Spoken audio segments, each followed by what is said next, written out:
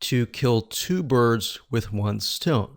So this phrase or saying is basically focusing on one thing that will allow you to save time and allow you to essentially achieve the goal of two things, which in this case is social proof and, second of all, engagement.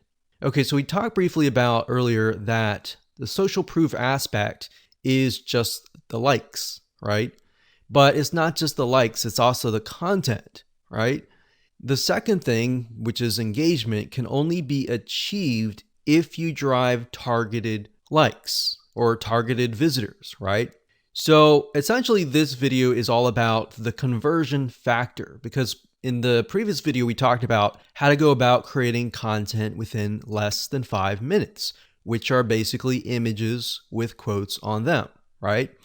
So how do we create or get images that resonate with your targeted audience, and how do we figure that out?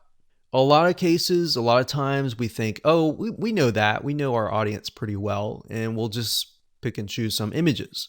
But that's the wrong mindset to have, because just because we think that is the case, or we think that's what they would like, it's not always the case. So what you need to do is you need to figure out several different images that might be similar but slightly different. For example, for this fan page, we have a dog, a picture of a dog. We know the demographic is mainly women, and these particular women may like dogs.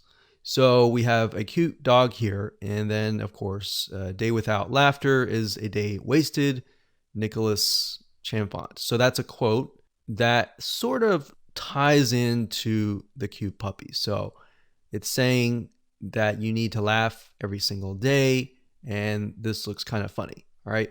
So that's one image that we could test. Another image that we could test would be something similar, maybe another dog, but with a different quote. So that's what we did in this case. Now, this was actually just uploaded recently, so you can see it's only got 82 people reached. But this one here is a picture of another dog with some quote that says, "Kindness is the best key to open the locked door of every heart." So this is a little bit more sentimental. It's not more laughter, but we can see that it's got 258 people reached and 11 engagements versus the other one that had no engagements at all. So we haven't even run ads yet. But if we do run ads, then we can test these two up against each other and see which actually converts.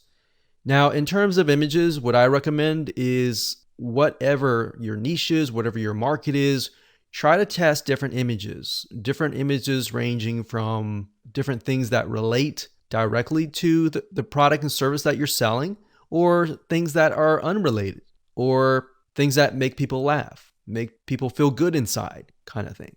And just test it out and see which one gets the most engagement. And that's all we're trying to figure out right now, because in terms of setting up the ad campaign, the ad set level, and the ad, that's what I'm going to teach you in the next 3 videos. So for now, it's just a matter of gathering images that you think would convert. And then by the next 3 videos, you'll see whether or not they will convert or not based on the tier 3 country traffic.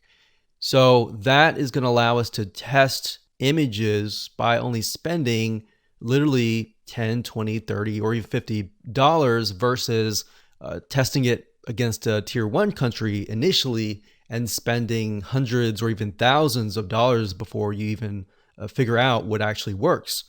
So that's what I want you to do for now, is just do that. Now I want you to go to different sites. There's several sites out there that will provide you with these kind of royalty-free images.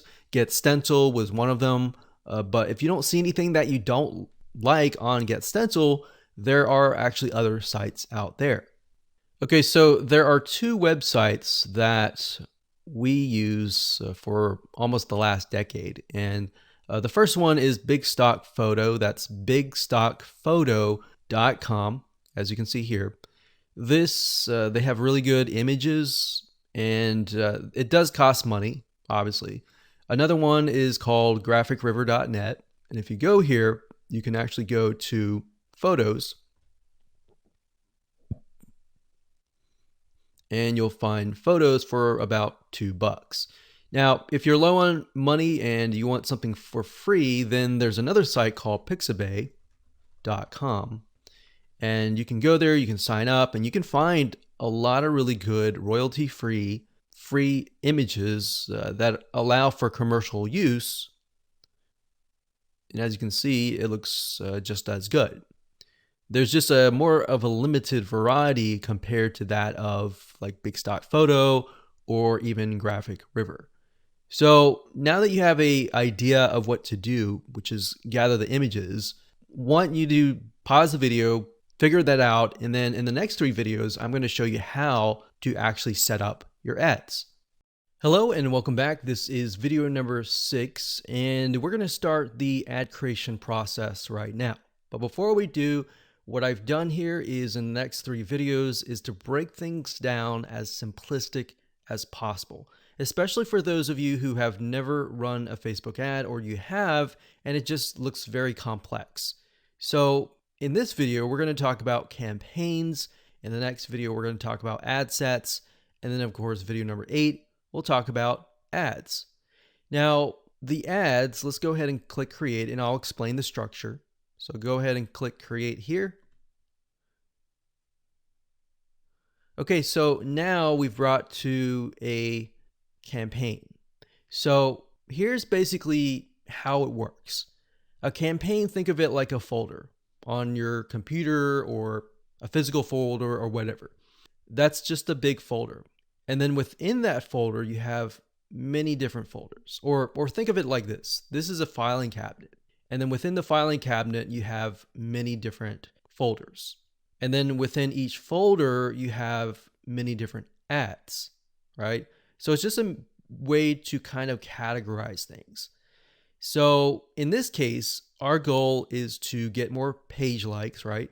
So that's an engagement factor. So we are going to specify and tell Facebook, hey, we want to create a campaign and our objective is to get more likes.